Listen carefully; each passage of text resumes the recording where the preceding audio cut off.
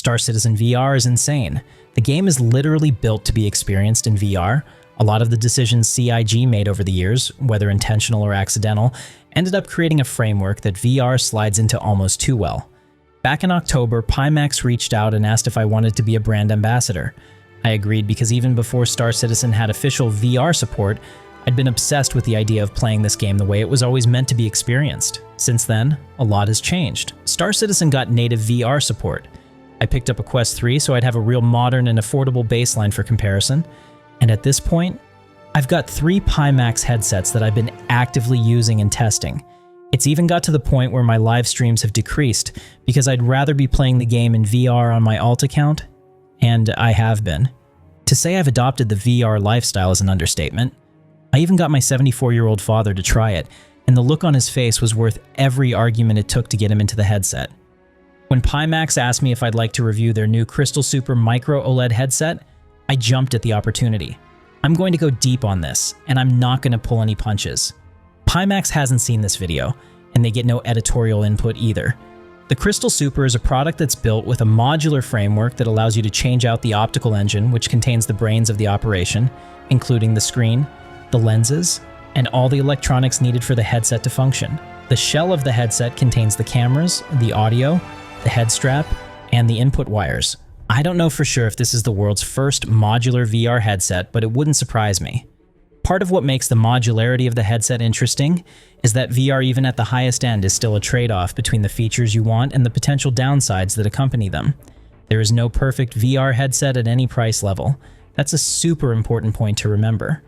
For example, the original Crystal Super I received was the 50ppd model with a micro LED screen.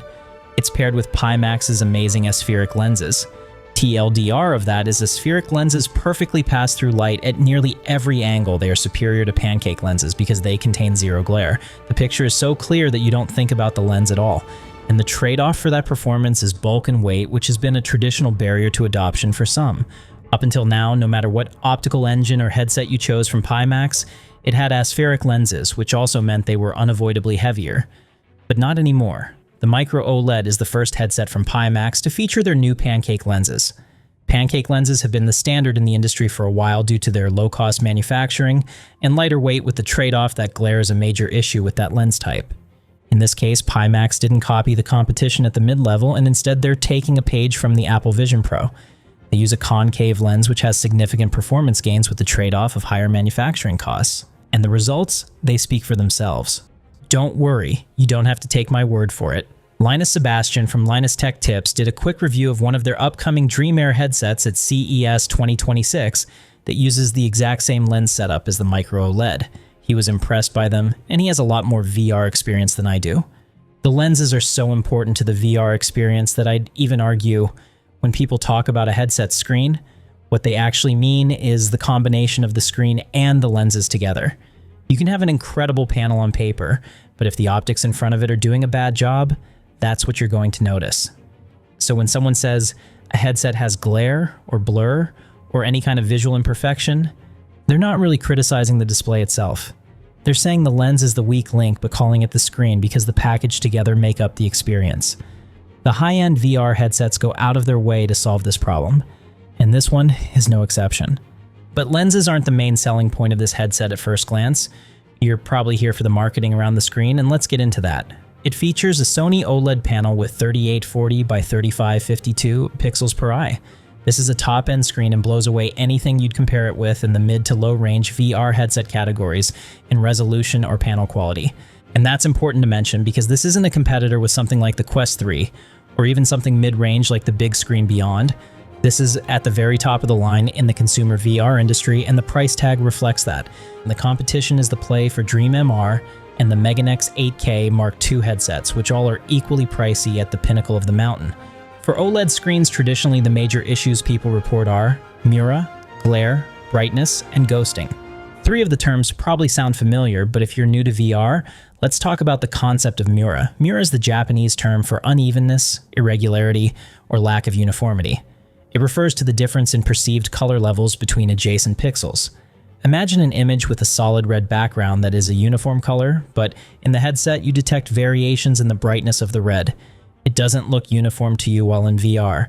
With the brightness set at 90% in my headset, I couldn't notice any Mora with the micro OLED engine. This may be subjective, and it could be because I'm playing Star Citizen specifically for this review.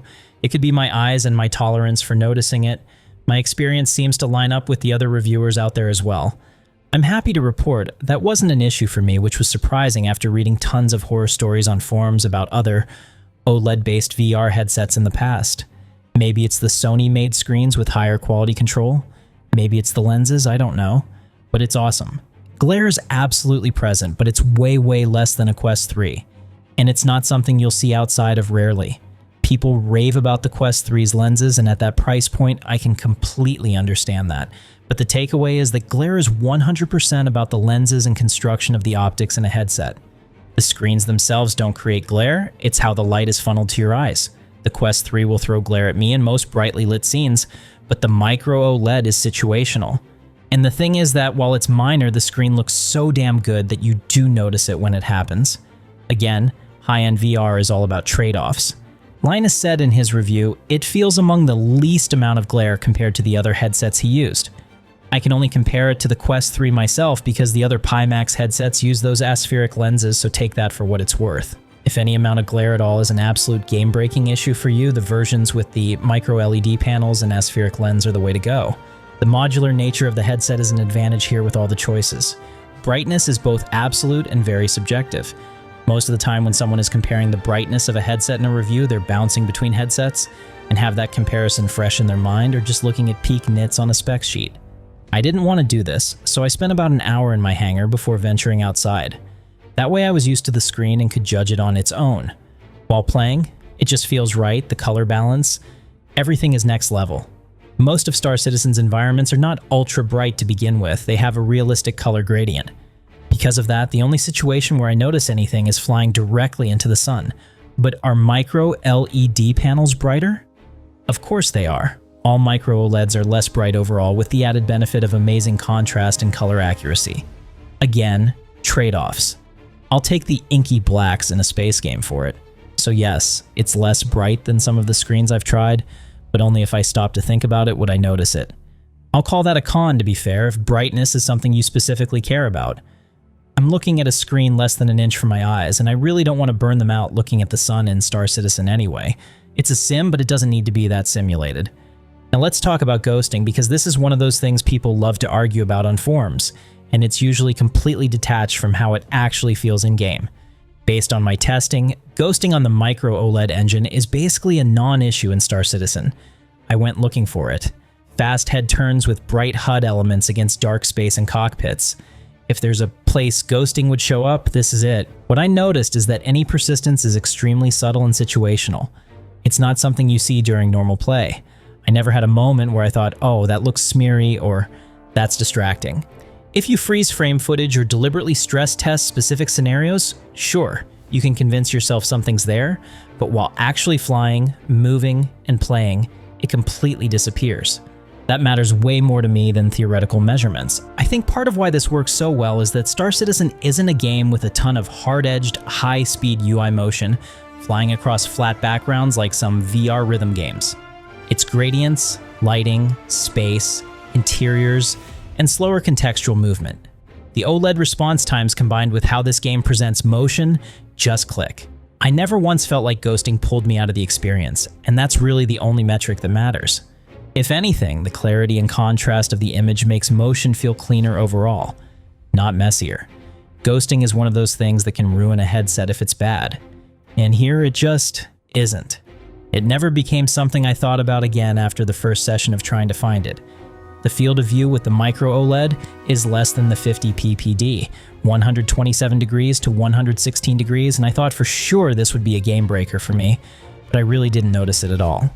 This surprised me. Once I'm in the VR world for a bit of time, it just syncs and feels right. If you're searching for the max field of view, you can get the widescreen version. Micro LED optical engine is probably the way to go. It's going to be a long time until we have the micro OLED screens capable of driving much bigger fields of view. The panels just don't exist on the market. Now let's talk about comfort. The added bulk of the aspheric lenses never bothered me. The weight's distributed in a way that is comfortable enough. And with a sitting experience like in Star Citizen, where I'm not adding a ton of inertia to the headset when I use it, it's completely doable for long sessions. I'm in my 40s now, so I'll run out of energy to game before my neck ever screams enough. Removing some of the weight with this micro OLED absolutely helps, and no one is going to complain about that. While that's great, there are much lighter headsets on the market with appreciably cut down specs to match. Those are the trade-offs again if you want to chase the bleeding edge of the tech. The micro OLED has a 90 Hz refresh rate. I'm hoping the tech will allow this to be increased eventually for all future headsets.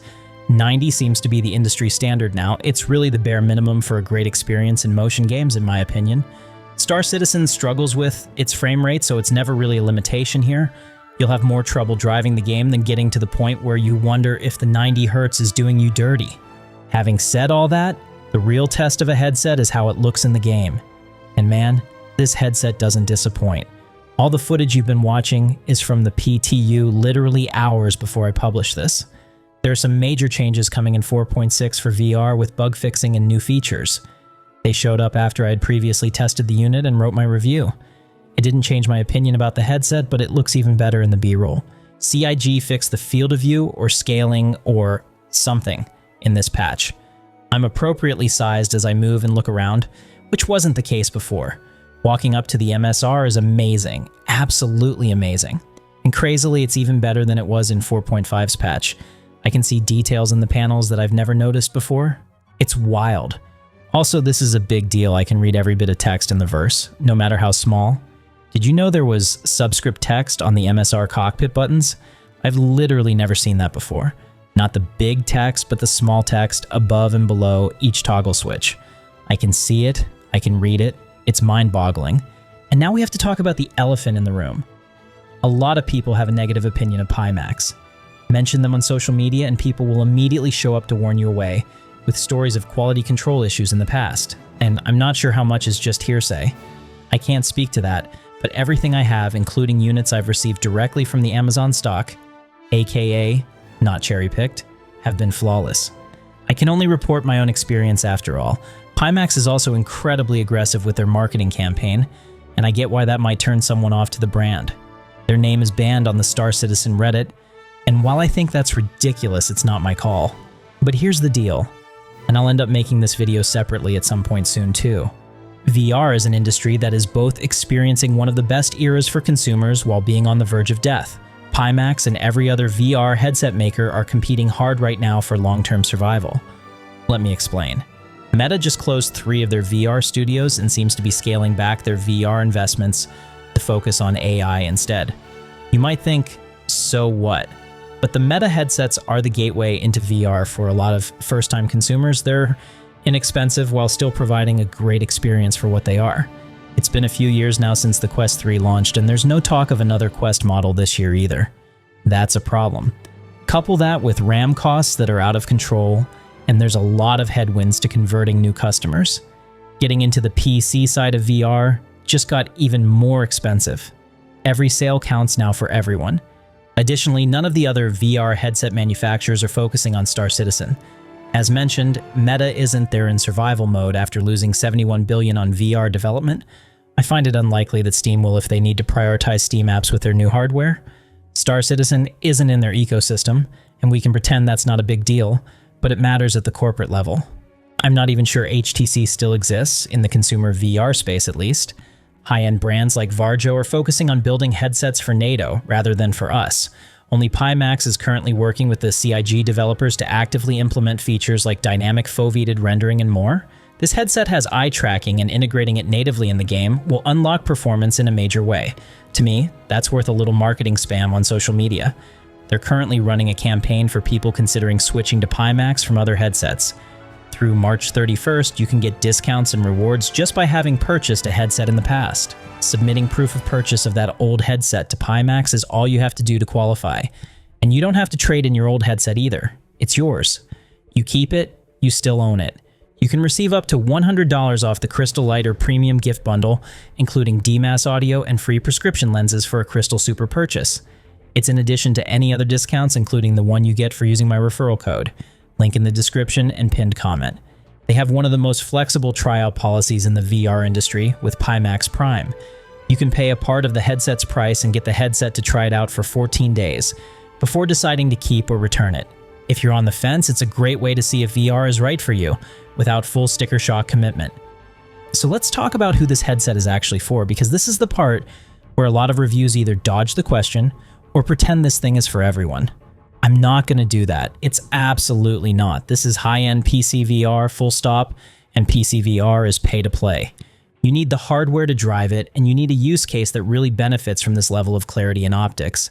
Otherwise, you're just lighting money on fire. If your main VR experience is room scale games, rhythm games, or quick session stuff where you're moving constantly and the visuals are secondary to the gameplay, this probably isn't for you. You won't get your money's worth because games like Beat Saber just don't really improve the experience with new hardware. Where this headset makes sense is Sims, seated experiences.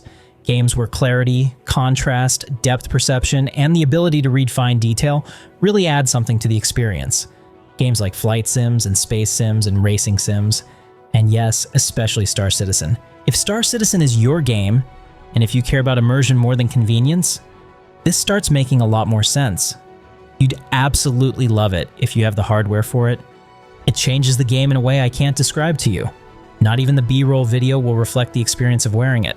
I've been a VR enthusiast since I tried the first headset back in October, and I genuinely believe Star Citizen is one of the few games where VR isn't a gimmick. It's the future that's already here. The experience right now is better than a lot of games that were built for VR from the ground up, and that's wild to say out loud. Because of that, I'm going to keep using this headset as my main way to play if Pimax lets me, and if they ask for it back, I'll probably just buy it outright. That absolutely nukes my negotiating position, but I'm not here to play that game. I care more about being honest with you than pretending I'm neutral about something I'm actively choosing to use every chance I get. Thanks to Pimax for sending me the review unit, and thank you for watching. I'll see you in the verse.